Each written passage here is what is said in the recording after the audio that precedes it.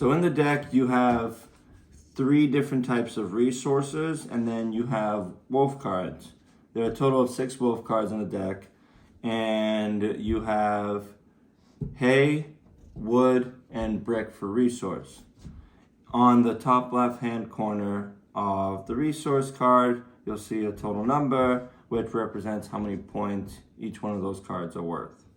So for example, let's say that I have all these resources here. I would have a total of 12 points, for example. There are 3 different ways that the game will end, that a round ends, because again, it plays up to 5 rounds. One way is when a player hits 20 points. The second way is when there's only wolves left in the deck. And the third way is if there's no wolves left in the deck. And the difference between each resource are how they interact with the wolf. I'll do a playthrough so you can kind of get a glimpse of that. But essentially, in the game, you're flipping cards, cards that other players are passing. So let's say a player passed this card to me and I flip it and I get a wolf. What ends up happening is if I have brick, I never lose brick, so they're essentially guaranteed points for the rest of that round. Wood, I lose 1 wood card that I have. So if I had 2 wood cards here, for example, I would lose this. I would lose this and keep the other wood card. And hay, I lose every hay card that I have. So let's say that I did flip it and I had these resource cards. I would lose both of these here and I would keep the brick. So I would go from 12 points back down to 2 points. I'll do a playthrough so you can kind of see how that interacts during the game. So I'm going to do a 3-player game. I'll be player number 1, this will be player number 2, and that will be player number 3. So each round plays turn order. So let's say I start that round as player 1. I'll draw 3 cards. We'll cycle through. And then when my turn ends, it goes to player 2's turn. Player 2 will draw 3 cards and so on. So I'll draw 3 cards.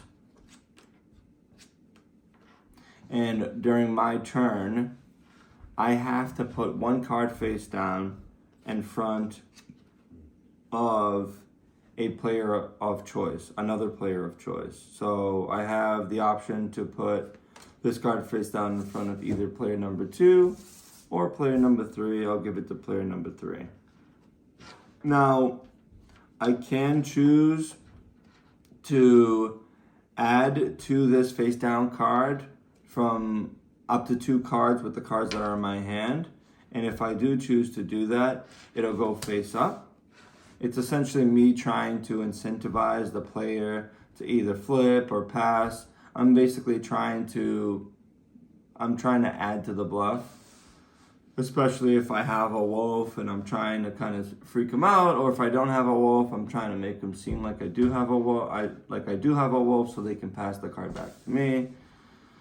So I'm not going to do that just yet. It's still very early in the game.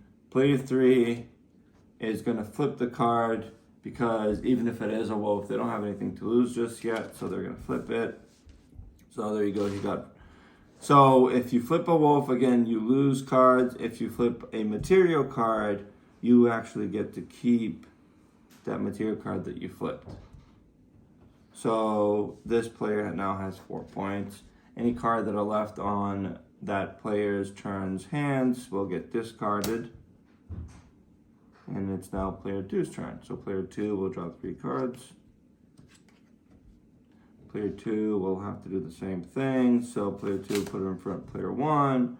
Player 1 will do the same thing again because it's still very early. And it is a material card. Player 2 discards all his cards. Player 3 will flip 3 cards. And player 3 will actually put it in front of player 1's hand. Put it for player 1.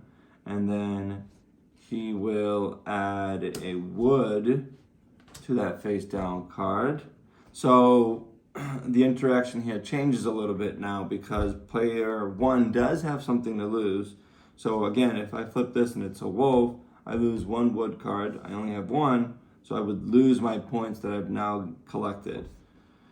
So I think player one recognizes that it's still a little early, but not willing to take that risk, so he's going to pass it over to player two. So when the starting player passes passes a face down card, that player now has two choices, right? I don't think I've said that. So you have the choice to either flip the card or pass that card to another player. Now, again, if I flip the card, I keep the material, or if it's a wolf, I take the wolf effect. Now, if I do pass it, I can't pass it back to the starting player. Only the last player that's received the card, the face down card, can pass it back to the starting player. I'm gonna pass it, and when I do pass it, I have to pass the incentives as well. Player two, he's gonna flip it, and it is a wolf card, so I just avoided a wolf card. I would have definitely lost my wood. So then that gets discarded because it was never collected. And then the wolf card will go back into the deck. So all wolf cards go back into the deck. The material cards get discarded. So one thing that you'll notice too is as we're playing through the game, material cards, you're losing material cards inside the deck, but you're keeping the wolves in the deck. So you're slowly but surely gonna have more and more wolves in the deck, and gonna make it more likely that you're gonna be drawing wolves throughout the game. So it's player one's turn. Player one will draw 3 cards. He's gonna put this in front of player two. Player two will flip. He's got that hay card, discard that. Player two's turn. So now player two is going to put it in front of player three and add a little incentive. Player three isn't worried, so player three does flip. And again, this was never collected, that gets discarded. And whatever player three has collected in this case, the wolf effect takes place, and he loses that wood card. He's back down to 0 points. So again, I'll do one last turn order. That gets discarded. Oh, that's a wolf card. That'll get back into the deck. Now player three's turn. Player three will draw 3 cards. So player three is going to put this card face down. And again, you can add up to 2 incentives. So player three will do that. Now player two has got 6 points. Worked really hard for that.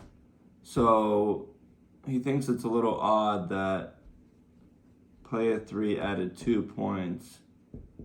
So he is scared. So he's gonna actually pass this over to player one. Player one, feeling the same way, doesn't trust it, so he's going to pass it back to player three. Player three has no choice now that it's gone back to the starting player. That starting player, which is player three, has no choice than to flip this card. He can no longer pass this. So he flips it, and it's a material card. And if it is a material card, you get to keep all the incentives. So player three was successfully able to bluff through all the other players and collect all these points. So essentially a reward for being able to get through everybody. So now he's taken a massive lead. He's at 16 points. He only needs 4 more points to end that round and probably win that round. So the game will keep playing through like this for a total of 5 rounds. And let's say that this player hit 20 points. Let's say he's collected that. He hits 20 points. That round ends. And then you take this total number of points and you tally it on like a booklet or something like this. And you add that 20 points for this player, 4 points for this player, 6 points for this player for that round. And then you'll start a new round and do the same thing all the way through to 5 rounds. And then you tally up the total, and whoever has the highest points wins. And that's basically the Big Bad Wolf.